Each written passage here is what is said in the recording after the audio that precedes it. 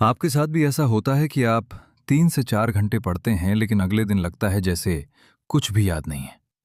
तुम बस पेज पलटते रहते हो पर दिमाग खाली रहता है और फिर वही सवाल आता है कि आखिर टॉपर्स इतना सब कैसे याद रख लेते हैं। सच ये है कि टॉपर्स ज्यादा इंटेलिजेंट नहीं होते, वे बस एक अलग तरीके से पढ़ते हैं। आज हम बात करेंगे 3 लेयर्स ऑफ डीप स्टडी के बारे में।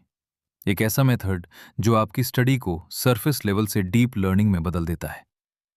हर लर्निंग की शुरुआत एक्सपोजर से होती है, लेकिन यहां सबसे बड़ी गलती ये होती है कि स्टूडेंट्स किताब पढ़ते समय हर लाइन को तुरंत समझने की कोशिश करते हैं।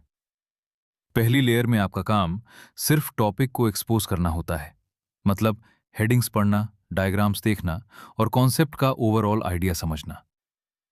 रिसर्च बताती है कि जब ब्रेन पहले टॉपिक को प्रिव्यू करता है तो बाद में लर्निंग 30 से 40% फास्ट हो जाती है। इसे साइकोलॉजी में प्राइमिंग इफेक्ट कहा जाता है, क्योंकि जब आपका ब्रेन पहले से टॉपिक को पहचानता है तो नई इंफॉर्मेशन को एक्सेप्ट करना आसान हो जाता है। इसलिए पहली लेयर का सिंपल रूल है, understand the map before the journey.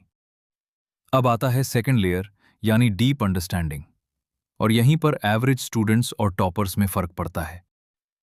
Average student सिर्फ किताब पढ़ता है, जबकि टॉपर कॉन्सेप्ट को समझता है, क्योंकि दिमाग इंफॉर्मेशन को दो तरीकों से स्टोर करता है, सरफेस मेमोरी और कॉन्सेप्चुअल मेमोरी। सरफेस मेमोरी जल्दी भूल जाती है, लेकिन कॉन्सेप्चुअल मेमोरी लंबे समय तक रहती है। इस लेयर में आपको कॉन्सेप्ट को अपने वर्ड्स में समझना होता है, डायग्राम्स बनाना होता है, नोट्स लिखने होते हैं और कभी-कभी किसी इमेजिनरी स्टूडेंट को समझाने की कोशिश करनी होती है। फेमस फिजिसिस्ट रिचर्ड फाइनमैन भी यही मेथड यूज करते थे, और उनका रूल था कि अगर आप किसी कॉन्सेप्ट को सिंपल तरीके से समझा नहीं सकते, तो इसका मतलब है कि आप उसे सही से समझे ही नहीं हैं। जब आप कॉन्सेप्ट को एक्सप्लेन करते हैं तो आपका ब्रेन इंफॉर्मेशन को ऑर्गेनाइज करता है, और यही डीप लर्निंग है। अब आते हैं सबसे पावरफुल लेयर पर, जिसे एक्टिव रिकॉल कहते हैं।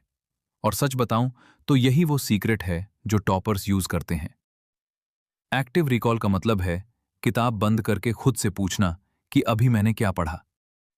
रिसर्च बताती है कि एक्टिव रिकॉल लर्निंग को लगभग 2 गुना ज्यादा इफेक्टिव बना देता है, क्योंकि जब आप इंफॉर्मेशन को रिकॉल करते हैं तो आपका ब्रेन नए न्यूरल कनेक्शंस बनाता है, और यही प्रोसेस मेमोरी को लॉन्ग टर्म बनाती है। इसलिए टॉपर्स सिर्फ पढ़ते नहीं हैं, वे खुद से सवाल पूछते हैं, जैसे इस चैप्टर का मेन आइडिया क्या है, ये फॉर्मूला क्यों काम करता है, और अगर एग्जाम में ये क्वेश्चन आया तो मैं इसे कैसे एक्सप्लेन करूंगा।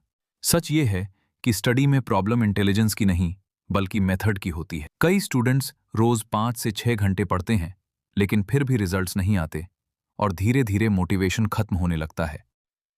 लेकिन जब आप सही मेथड यूज करते हैं तो वही स्टडी अचानक इंटरेस्टिंग और इफेक्टिव लगने लगती है, क्योंकि अब आपका ब्रेन इंफॉर्मेशन को सिर्फ पढ़ नहीं रहा, बल्कि सच में समझ रहा होता है। इसलिए डीप स्टडी के 3 लेयर्स याद रखिए, एक्सपोजर, डीप अंडरस्टैंडिंग और एक्टिव रिकॉल। अगर आप इन 3 लेयर्स को फॉलो करते हैं तो आपकी स्टडी सिर्फ आवर्स में नहीं, बल्कि क्वालिटी में इंप्रूव होगी, और शायद पहली बार आपको महसूस होगा कि स्टडी सच में पावरफुल हो सकती है। अगर आप स्टूडेंट हैं और फोकस इंप्रूव करना चाहते हैं तो कमेंट में ज़रूर बताइए कि आप रोज़ कितने घंटे पढ़ते हैं। और अगर यह वीडियो हेल्पफुल लगा तो चैनल को सब्सक्राइब ज़रूर करें, क्योंकि यहाँ हम सीखते हैं स्टडी स्मार्टर, नॉट हार्डर।